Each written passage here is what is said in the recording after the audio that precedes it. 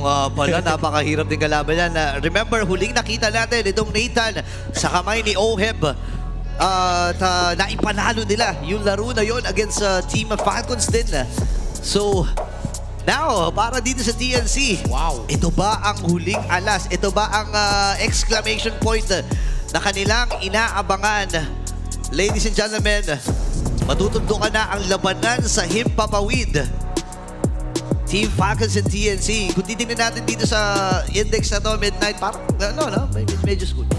Medyo lamang ng bahagya ang Team Falcons kasi sila may control ng early game. Even though kapag direct na may heroes sa TNC, kaya naman nila pumalag, Guta Hayabusa, Arnold, Zushin. Ang problema kasi yung finisher ay hindi ganun ka-reliable ka compared sa Team Falcons. Lalo kapag pumasok tayo sa 5-minute mark, kapag lumabas na yung Skypiercer nung Granger, mas may talaga aggressive tendencies yung kanilang lineup. So if we're gonna talk about yung early game prowess ng TNC, I believe... Mata nila na magamit kagad ng maaga yung flicker. Yun na nga, early flicker, ladies and gentlemen. Medyo napasama. Oh. Kasi ano daw ini-expect na ng Team Falcons, magwawal yan. Puntaan na natin sa likod para mauna tayo. Yung nga lang na force ng battle spell. So kahit sumabay sila sa levels ng TNC, unfortunately, Ogwin had to spend this flicker. Ang ganda nito wait lang sapakan, Dreamer and Flap easy. Pero going back dun sa nakita natin graphics. So, mamaya na ka! Sige na, mamaya na ako mag-explain kasi may bakbakan na naman. Puro laban no? Na, early game pa lang, puro laban. Going back. Dalawang beses na ginamit ni Kyle TC itong Lancelot, pero hindi pa nakakakuha ng panalo. Parang may mga ibang, may pwedeng basagin ni Kyle TC yung mga statistika na ito. Pero kung titignan natin, Chakno and Zaida, magkaharap na naman. May natin si Kyle. Papasok si Zaida. Napaugi shadow kill at inabutan pa rin. May nakakabit pa palang shadow. Pero tatry ni Kyle TZ bumawi dito. Kaso lang, mapipigilan siya ni Chakno. And Lancy will secure that kill. 2-0 agad. Magandang pasimula para sa Phoenix Army. Kinulang sa dash, men. Kinapos ng puncture. Si Kyle TZ, piso na lang. May naiwan pa para kay Zaida. Ay, yun lang, no? Sayang yung pagkakataon na yun. Pero ang mahirap dito, nalatagan kagad, nabigyan kagad ng isa dito si Kyle. Habang unang pagong nakapwesto na rin dito ang buong kupunan ng CNC. Actually, si Benny, patawagin nilang naman siya dyan. Ayan, papunta na siya sa may bandang gitna. Dreamer. Si Dreamer. Sisilip dun sa likuran, same with Flap TZ. Napinita siya gumamit ng previous fighter, pero si Benny Cutie, present na agad at si Few ang kanyang nakita dito.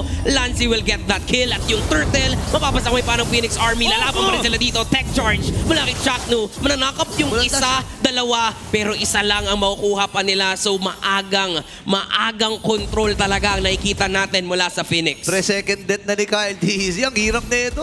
Na-timingan yung puncture, men. Pagka-puncture niya, tinamaan siya ng tectonic charge. So automatic cancel. Wala siya nakuhang refresh. And Benny Cutie, tulad ng binanggit ni Cordy kanina, imagine mo yung Nathan, men. 10 minutes yan. Gusto niya mag-farm. Pero sabi ni Benny Cutie, hindi. Sayang ang expanding Reapers.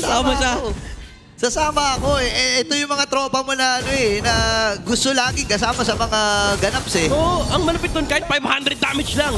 Yung extra 500 damage, baka ito yung kailangan nila para mapatay nila yung mga target. Kasi tulad ng binapakita natin kanina, may problem sila in terms of finishing their targets off. So yung extra 500 damage yun, malaking bagay yun kasi it adds up. Oo, yun nga Tsaka nakikita natin ngayon lalo sa magandang early game na meron ng TNC. Medyo maglulubay si Kyle. Alam natin na hindi muna to sasama dun sa mga teamfight na lulutuin ng Team Falcons. By the way, napaflicker din si Ogwen dun sa kaninang naging tagpo. So si Chakno, eto na. Ini-scout na. May scouting report na dito si Chak Mamba. Hinahanap na kung saan nagtatago ito si Kyle. Ang dami rin kasing prerequisite para dito sa Falcons. Kailangan makahanap ng spot si Ogwen, makita siya ng target, tapos free hit pa si Kyle as well as si Few. Meanwhile for TNC, literal na straightforward. Pag nag-set up si Chakno, nakababad lang si Lancy, nakababad lang si Benny. And same for Dreamer, laging target lang yung likuran. Ayan na, bakbakan. Si Flap TZ at si Dreamer, pero hindi niya alam. Si Ogen ay nag-aabang din.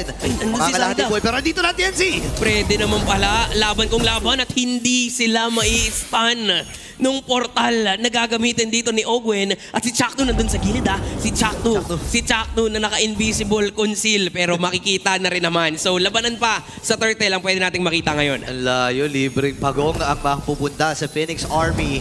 At hindi na rin magko-contest dito si Kyle. Again, minumulto na siya nung dalawang deck na nakuha niya, pero papasok sila dun sa itaas, ha? Delikado yata si Flap TC dito. Buti na lang meron siyang antay. CC, final slash. Connecting para kay Flap 3 versus 1. And that is gonna be enough para sa TNC makuha ang buhay ni Kuya Flap sa itaas. Si Open naman dito, hinaharapan si Chakno pero wala pa siyang ultimate. Wala, yun. Tinan mo, nakikipagdindigal na si Owen. Again, nagamit na naman yung flicker para dito kay Owen. Wala pa tayo nakikitang magagandang pag pinaggagamitan ng flicker na ito, kundi lagi lang na-force ang TNC.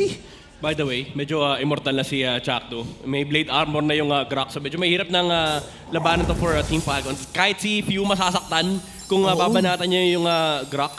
And even yung mga pokes na pwede manggaling mula kay Kyle, kay Super Marco, heavily reduced na yung kanilang damage. Oo, ang hirap na ito. Pero again, kailangan munang kalmahan ng Team Falcons. Chine-check na rin ni Chaka kung saan ang mga potential na pwede pagdaguan.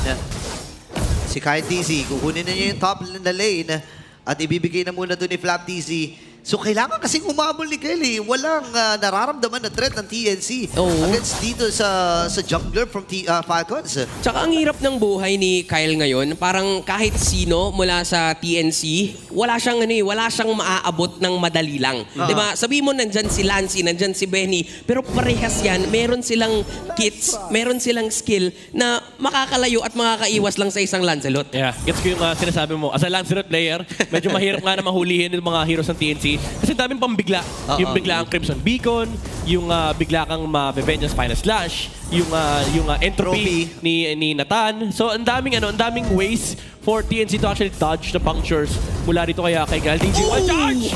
Tech charge mula kay Chakno, pero makakalayo at mabubuhay pa rin naman si Few. Napilitan lang siya gumamit doon ng kanyang flicker. Nandito pa yung portal at mukhang magsasama-sama na ang team of Falcon. There goes the stun coming in from Flap. Unfortunately, sila yata yung magiging delikado pa dito. Mukhang mababaliktad pa ng TNC Pro Team ang sitwasyon. May final touch pang kukonekta kay Owen. Free hit si Super Marco pero hindi enough yung damage output niya ngayon. Si Kyle TC gustong tumahi. Ang kaso nga lang, delikado pa rin sila kasi kompleto pa rin ang 5 miyembro dito ng TNC Pro Team. There goes the Ugi Shadow Kill. Aabutan pa ni Saida. And that is gonna be a clean wipeout na masesecure ng Phoenix Army. Nagsimula yan sa gusto lang testingin ni Chakno kung gumagana pa yung tectonic charge niya. But Lancy, with the Crimson Beacon, yung lantern niya naiangat niya, si Flap TC and Trimar with the final slash. That combo from TNC allowed them to actually restart the team fight. And medyo alarming to for Team Falcons. Ito yung mga moment na kapag ganito yung nature ng Nathan, pa-death ball na yan. Oo nga, ang hirap na ito. Nakatatlong kills na.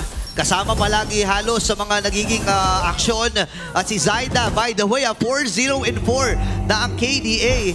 Ang hirap pigilan kung ikaw ay poder dito sa Team Falcons. Lalo na, tinan mo si Kyle TC, pre, binabody-body system na, tectonic charge na iwasan. Pero nakagamit na rin ng mga kits dito si Kyle. Tsaka hindi pointless yun kasi yung attention ng Lancelot, imbis na siya yung nape-pressure, siya yung nape-pressure. Yung mga dash niya, ginagamit niya pang dodge and it allows the other members of TNC to just continue farming. Wala, naku, kukunin din yung orange buff. Si Dreamer ay pamasid-masid din. Sino kanya pupunta? Final Slash, gagamitan! Nakita pa si Kapitan Few dun sa likuran. May Lancelot din sila!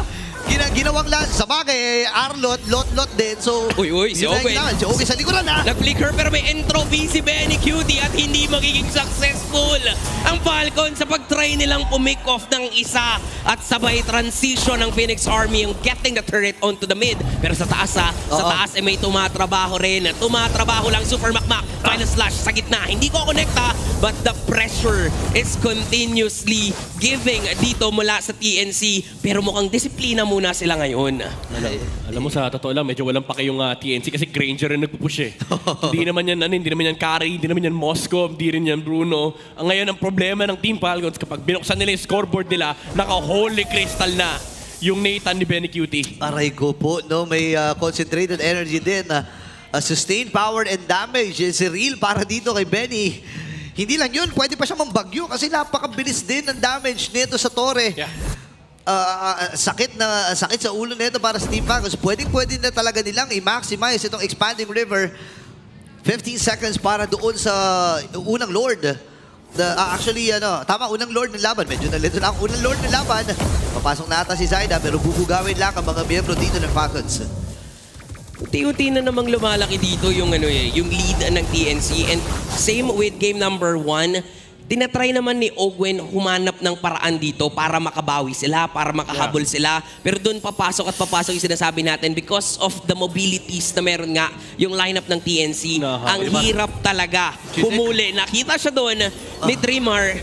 Siya na mismo yung nagdesisyon na ay hindi ito yung tamang target. Oo, galing na ginawa ni Trimar doon. Chinek yung bush para maging malaya yung Lord na ito na mapupunta sa TNC Pro Team. Pero lalaban natin sila! May shortcut na ginamit dito pero hindi na aabot pa ang Falcons kasi nakuha na ng TNC yung Lord at hahabulin ni Chakno. Dito si Ogwen, nasaraduhan pa nga at mukhang aabutan si Ogwen ng Phoenix Army. Oy! May mga kasama pang TP dito at hindi pa nila napatay. Mukhang mabubuhay pa yata dun si Ogwen. Bibili pa ng onting segundo. Tatry pa rin niyang mabuhay at babalik yung buhay niya because of the passive. Pero mukhang aabutan pa rin siya dito ni Trimar. Oh my goodness, no way. Oh no, ginawang merry-go-round yung Land of Dawn, pre. Okay, Buhay pa rin, tatry na mag-recall. Buhay pa siya dito, ha. Pero si Trimar, pipigilan siya. Ogen, pwede ata dito. And trophy na gamit. At yung final slash. Ay, buhay pa rin! Not for long. Napatay siya doon. Pero ang laki ng oras na nakain doon, ha. Pero may Lord ng kasama dito ang TNC. Wala si Ogwen. So kulang ang Falcon ng isang miyembro. Side na papasok na Ugi Shadow Kill. Nakita si Few. Pinaghati-hatian naman ng tatlong miyembro yung damage output nun. Kakatok lang yung Lord dyan sa gitna. Pero ganda pa rin ang defense ang ginawa dito ng Falcon. Flap Easy getting low. Ang sakit na ngayon ng bagyong Benny. At meron pang mga minions dun sa gitna. Okay, nagtatry si Kyle DC na hatakin yung mga minions. Pero decidido na ang TNC. May mga minions sila nakasama sa gitna. Pero sabi na, sige, turn muna tayo sa itaas. Ogen ay from a frontline. Pero ang tanong, kakayanin niya ba yung damage? Aray ko po, tunaw kagad si Ogen! Entropy in, sabay burst down kung sino man yung nasa harapan. Pero walang minions ngayon ang TNC at pumupuso pa ang Falcons. Kaya pang kumapit. Pero ito na yung pulutong ng mga minions. Flap TC ay buhay pa rin. 5v5 ang magiging tagpo. Naku, Sinaraduhan pa para sumaba yung wave dun sa baba. May flicker? Hindi, walang flicker si Trimar. Pati si Chakno wala. Focus muna ang TNC. Sa pagkuha ng Torre dun sa baba, si Kyle TC napigilan yung mga dash ng isang Lancelot ni Kyle. May mga minions pang parating. Pwede na mag-tower lock. Focus na sa goal. Si Benny Cutie sa ngayon pero mapipigilan pa rin.